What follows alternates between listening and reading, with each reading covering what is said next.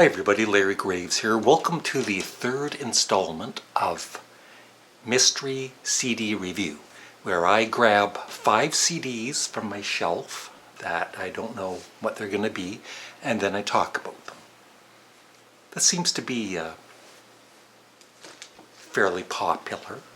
I've had very good comments on it and good views, so I'm going to continue this until I get no views and no comments. 1, 2. Now, as usual, I won't, if it's a Beatles CD or Led Zeppelin or whatever, I'll pick something else. There's 4. Now, I know the Beatles are up here, but I'll go over here. Here we go. Another Wire CD. I'd already done their very first CD, Pink Flag. This is their third, and the last one that I had interest in. Then they disbanded for a bit and then got back together, and I just never really followed them after this album. But it's great. I don't love it as much as their debut album or even 154. But it's still damn good. Practice Makes Perfect is probably my favorite song on it. So you should check that out on YouTube if you've never heard Wire. And some of it is, I don't know, just a little too experimental for me. But I'd say at least half of this has great songs. Yeah. I Am the Fly is another one. At first I found that song really annoying. I didn't like it, but now it's great. And Heartbeat, and there's the band there. And 3 of the original 4 members are still recording and playing live. Now, here's a band that I think is really underrated. They're known for 2 or 3 big hit songs, and that's basically what they're known for. And the biggest, of course, is Born to Be Wild. And this is their, I believe it's their 3rd album, At Your Birthday Party, which I don't think sold as much as their first 2. And the big hit on this was Rock Me. But this is my favorite Steppenwolf album, and it's probably because I grew up with it. And my favorite song on this is the very first song called Don't Cry. So check that out on YouTube. But I love the whole album. I mean, some of there's a little bit of filler in it, like Mango Juice is this short instrumental that doesn't really go anywhere, and Sleeping Dreamy is just this short, stupid song. But it's got some damn good songs on it. It's Never Too Late. A couple of kind of acoustic, hippie, dippy songs, but I love them. Lovely Meter is one of them, and She'll Be Better is the other one. So, yeah, I love this album. Whoa-ho-ho! Another group. Now, some of you, my previous review was on Sparks, which are not a well-known band, but I mean they are well-known enough. They're in, other artists mention them enough, and when I buy rock magazines, they're mentioned quite often. So it's not like they're not known at all. But this band is less known than Sparks. Death School. They made 3 albums. This, I believe, I get this confused with the first one. This is either the first or the second. I believe this is the first one. My favorite of theirs is their 3rd one, English Boys Working Girls, or the other way around. But yeah, look at that cover. Isn't that cool? Don't Stop the World.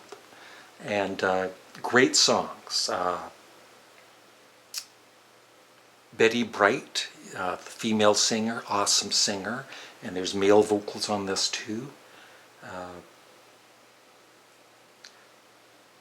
Oh, and my favorite song of this is I don't know how you pronounce it, but Capalides Cafe. I'm pronouncing it wrong, I believe. But it rocks. You should check that out. CAPALDI' Cafe by Deaf School. It rocks. So if you like new wave bands with melodic songs and they're poppy and rocky, just check them out. You might like them. And I got to skip these two because they've already kind of talked about them in the past, so I got to get two more. I picked a Beatles CD after all that. There. And I still want to get up into the kind of the B section. Oh!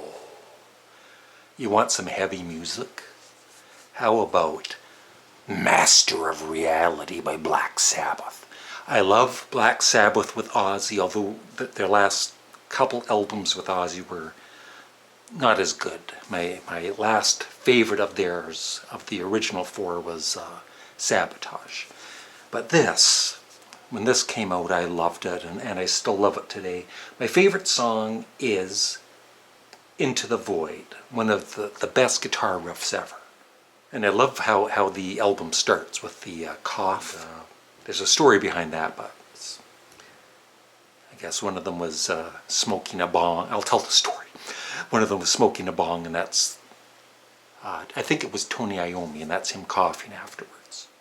I even like Solitude. It's like some Sabbath fans might find it kind of boring because it's so quiet, but it kind of makes Into the Void even more awesome than it is. So yeah, I love Master of Reality. It's not my favorite Black Sabbath album though. Sabotage is my favorite. Oh, interesting choice, Larry. Yes. Yes, Close to the Edge. Now, this is a lot of people's favorite Yes album. It's not mine. I've never totally gotten into it, even now. I need to listen to it more. My favorite is Tornado, which a lot of Yes fans don't like, but I've always loved it. But I mean, yeah, this is damn good. Probably the best group, or close to the best group of talented musicians, besides maybe Rush in one band. And as far as I'm concerned, the Yes that's touring now, I guess they're okay, but it's just not Yes with John Anderson and Chris Squire. But I definitely love this, but I'm saying I don't love it as much as like Relayer and Tornado. Or their first two albums. Probably their debut album might even be my favorite, because I play that a lot. But I need to play this more. So that's my thoughts on 5 CDs I just randomly picked. And I would love your thoughts on the CDs I randomly picked. Thanks for watching. I really appreciate all of the comments. I really, really do. And so yeah, thank you very much. Rock on.